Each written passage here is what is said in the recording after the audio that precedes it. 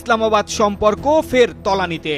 জম্মু কাশ্মীরের পেহেলগ্রামে রক্তাক্ত হত্যাকাণ্ডের রেশ কাটতে না কাটতেই উপমহাদেশের আকাশে যেন যুদ্ধের কুয়াশা। করাচি উপকূলে ক্ষেপণাস্ত্র পরীক্ষার তোড়জোড় শুরু করেছে পাকিস্তান, আর ভারতীয় নৌবাহিনী দেখিয়েছে তাদের প্রতিরক্ষা সক্ষমতার নতুন দৃষ্টান্ত, মিসাইল ধ্বংসের সফল পরীক্ষা।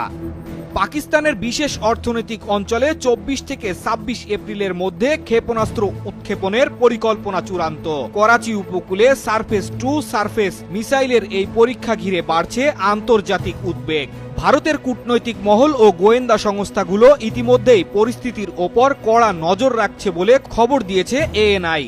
এরই মাঝে ভারতীয় নৌবাহিনী প্রকাশ্যে এনেছে তাদের সফল মিসাইল ইন্টারসেপশন মিশনের খবর। এক্সে প্রকাশিত এক ভিডিও বার্তায় জানানো হয়, নিজেদের প্রযুক্তিতে তৈরি যুদ্ধজাহাজ আইএনএস সুরত দ্রুতগামী ও নিচু দিয়ে উড়ে আসা একটি শত্রু মিসাইলকে মাঝ সমুদ্রে ধ্বংস করতে সক্ষম হয়েছে। প্রতিরক্ষা বিশ্লেষকদের মতে এটি ভারতের প্রতিরক্ষা কৌশলে এক নতুন পালক। সম্প্রতি পেহেলগামে 26 জন নিরীহ নাগরিকের হত্যার ঘটনায় নতুন করে উত্তপ্ত হয়েছে দুই দেশের সম্পর্ক।